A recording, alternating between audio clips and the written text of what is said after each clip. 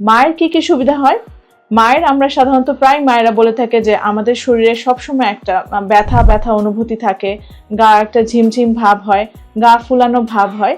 এই প্রসবকালীন ব্যায়াম করলে আপনার এই কোষ্ঠকাঠিন্য, তারপর আপনার ব্যথা, আপনার গা ফুলানো ভাব, এগুলো সবই কমে যায়। এছাড়াও প্রসবকালীন ব্যায়াম করলে আমাদের পেশিগুলোকে শক্তিশালী করে থাকে। আমাদের পেলভিসের এই ফ্লেক্সিবিলিটিটাকে বাড়িয়ে দেয় প্রসবকালীন ব্যায়াম। এছাড়াও প্রসবকালীন ব্যায়াম করলে আমাদের গর্ভকালীন যে ডায়াবেটিস হওয়ার যে ঝুঁকি থাকে সেটাও কমে যায়। প্রসবকালীন ব্যায়ামের সবচেয়ে বড় সুবিধা এটা আমাদের নর্মাল ডেলিভারিকে অনেকটুকু সহজ করে তোলে। আরও এর থেকে আরেকটা ইম্পর্টেন্ট বিষয় গর্ভ পরবর্তী সময়ে অনেক মায়েরা একটা কমপ্লেইন থাকে, ডিপ্রেশনে ভুগে থাকেন।